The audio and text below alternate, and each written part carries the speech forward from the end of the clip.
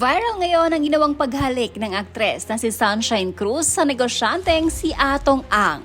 Ayon sa ilang nakapanood, tila hindi pa umano nagustuhan ni Atong Ang ginawa sa kanya ni Sunshine.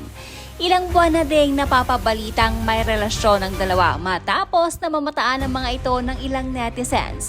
At dahil nga sa mga video clip na kumakalat ngayon na kung saan mapapanood ang paghalik ng aktres sa negosyante, tila kumpirmasyon na ito na may namamagitan na sa dalawa. Wala pa namang kumpirmasyon mula sa kampo ni Atong Ang at Sunshine kung ano ang estado ng kanilang relasyon ngayon.